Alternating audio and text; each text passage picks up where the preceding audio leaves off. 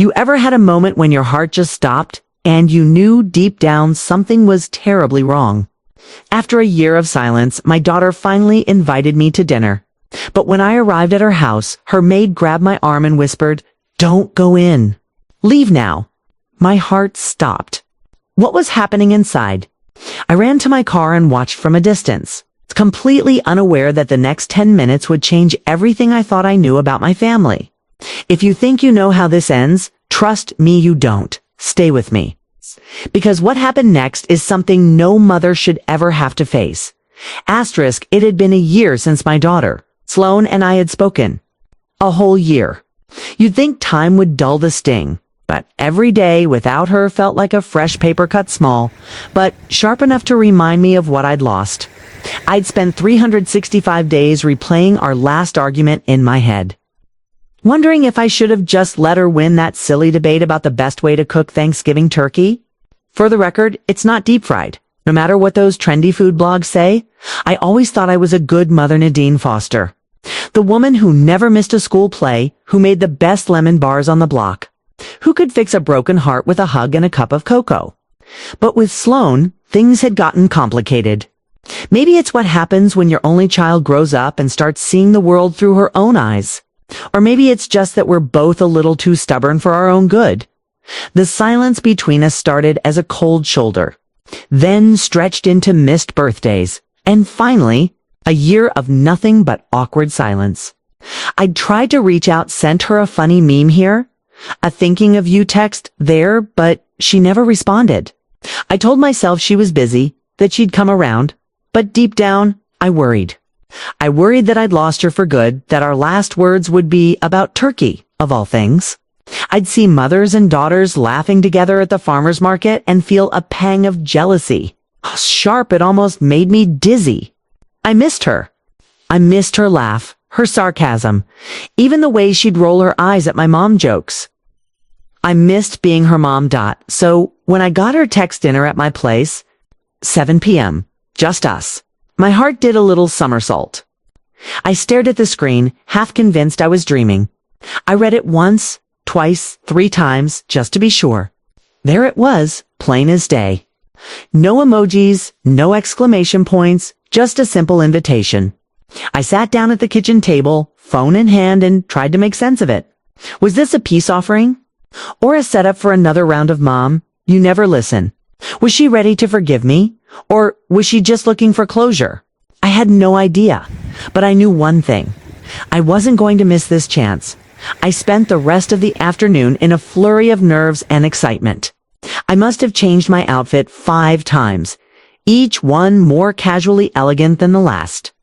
I settled on my favorite green blouse, the one Sloane had once said made me look artsy, and a pair of slacks that didn't pinch at the waist.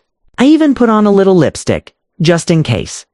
I wanted to look like the mom she remembered, not the one who'd spent the last year stress-eating ice cream and watching reruns of Murder, she wrote. Next came the wine. I stood in the grocery store aisle, staring at rows and rows of bottles, feeling completely out of my depth.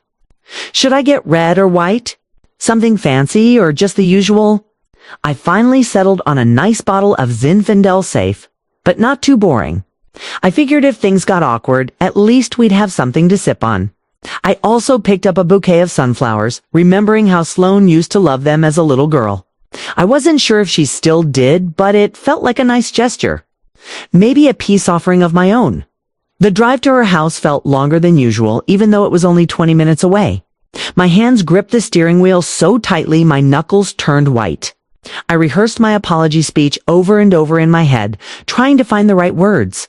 I'm sorry for being stubborn. I miss you. Can we start over? Each version sounded clumsy and inadequate, but I hoped she'd hear the love behind the words. I wondered if she'd changed in the past year. Had she cut her hair? Was she still working at the same job? Was she happy? I realized how much I didn't know about her life anymore, and the thought made my chest ache. As I pulled up to her house, I took a deep breath and tried to steady my nerves. The porch light was on, casting a warm glow over the front steps. I could see shadows moving inside her silhouette, maybe, or just my imagination running wild. I sat in the car for a moment, gathering my courage. I thought about turning back, about texting her that I wasn't feeling well, but I knew I couldn't. Not this time. I owed it to both of us to try. I grabbed the wine and the flowers, checked my reflection in the rearview mirror one last time, stepped out into the cool evening air. My heart was pounding so loudly I was sure the neighbors could hear it. I walked up the steps, each one feeling heavier than the last. I paused at the door, took another deep breath, and raised my hand to knock. In that moment, I realized how much I wanted this. Not just the dinner, but the chance to reconnect, to heal, to be a family again. I didn't know what would happen next, but for the first time in a long time, I felt hopeful. And sometimes, hope is all you need to take the first step. Asterisk. I pulled up to Sloane's house, my nerves jangling like wind chimes in a hurricane. It's the kind of anxious energy that makes your hands tremble and your mind race with every possible scenario. The porch light was on, casting a soft golden glow over the front steps. And I could see shadows moving in side flickers of life that made my heart leap with both hope and dread. I sat in the car for a moment, gathering myself, smoothing my hair in the rearview mirror, and whispering a silent prayer that tonight would be the night we finally bridged the gap between us. I grabbed the bottle of Zinfandel and the sunflowers, took a deep breath and walked up the steps, each one echoing with memories of happier times, birthday parties, sleepovers, and the endless parade of Halloween costumes Sloane had insisted on showing off before trick-or-treating.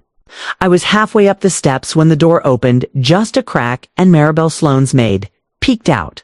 I'd always liked Maribel. She was the kind of woman who remembered your favorite cookie and always had a kind word. But tonight, she looked pale, her eyes wide and frantic like she'd seen a ghost. Before I could even say hello, she reached out, grabbed my arm with surprising strength, and whispered, "Don't go in. Leave immediately." Her voice was barely audible, but the urgency in her tone sent a chill straight down my spine. For a split second, I thought she must be joking. Maybe Sloane had planned some elaborate surprise. Or maybe Maribel was just being dramatic.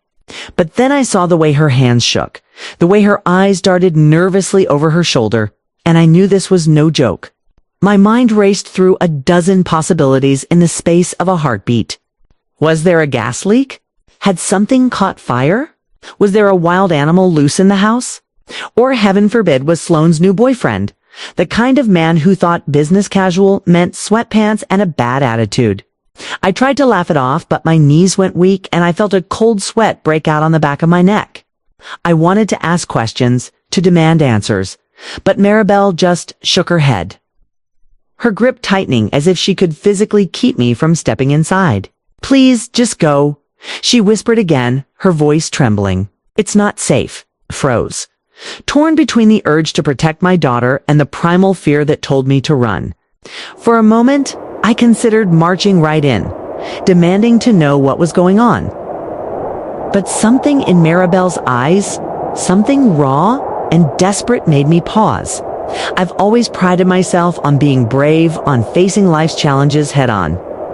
But in that moment, all I could think about was the possibility that something truly terrible was happening inside that house. My heart pounded so loudly I could barely hear myself think. I glanced at the windows, searching for any sign of Sloane. But all I saw were shifting shadows and the faint flicker of candlelight. My mind conjured up every worst-case scenario: burglars, kidnappers, even a gas explosion. And I realized that whatever was happening, I was in no position to help. With my heart in my throat, I turned and hurried back down the steps, my legs moving faster than I thought possible. I clutched the wine and flowers to my chest like a shield, fumbling with my keys as I reached the car. I slid into the driver's seat, locked the doors, and sat there, breathless, watching the house from a distance. My hands shook so badly I nearly dropped the wine, and I could feel my pulse racing in my ears. I tried to calm myself, to think rationally, but all I could do was stare at the front door, half expecting it to burst open at any moment. I glanced at my phone, debating whether to call Sloane, the police, or just drive away and pretend none of this had happened. But I couldn't leave, not when my daughter was inside, not when Maribel's warning echoed in my mind like a siren. I watched as the minutes ticked by, each one stretching out longer than the last. The house seemed eerily quiet, the only movement the gentle sway of the porch swing in the evening breeze. I strained to see through the windows, searching for any sign of Sloane. But the shadows inside seemed to shift and dance, hiding whatever secrets the house held. My mind raced with questions. Was Sloane in danger? Was Maribel overreacting? Was I being foolish for sitting here, paralyzed by fear and uncertainty?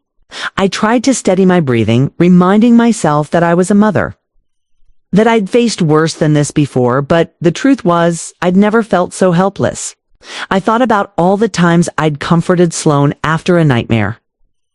All the times I'd promised her that nothing bad would ever happen as long as I was there.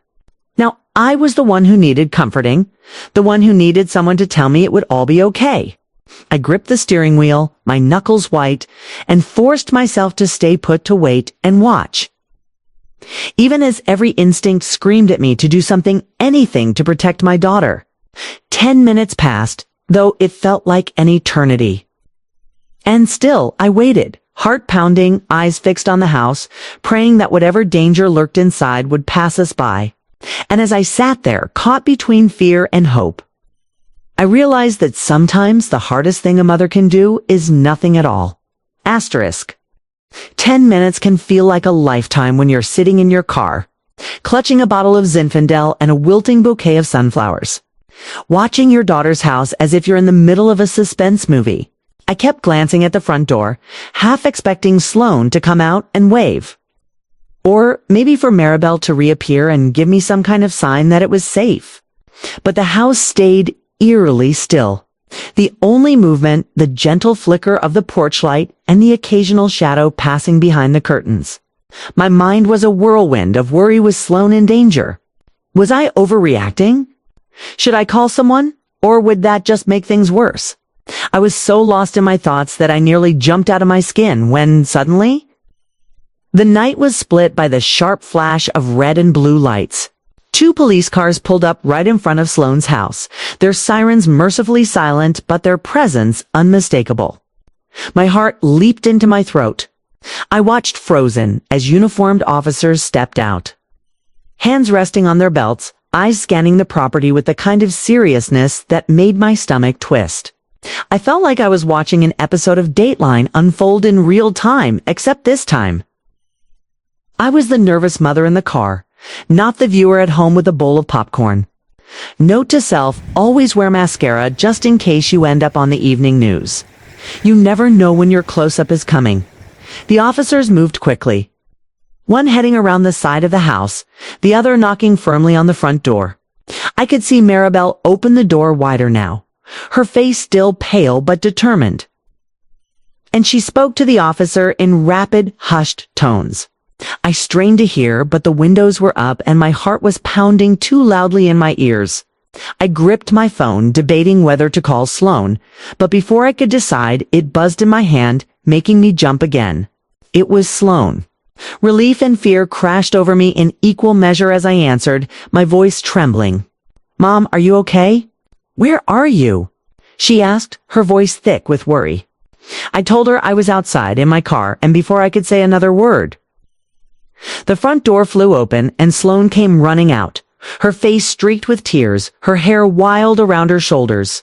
She looked both terrified and relieved, and in that moment, all the tension of the past year melted away. She rushed to my car, flung open the door, and threw her arms around me, sobbing into my shoulder. I held her tight, my own tears finally spilling over, the bottle of wine forgotten on the passenger seat. Between hiccuped breaths, Sloane explained what had happened.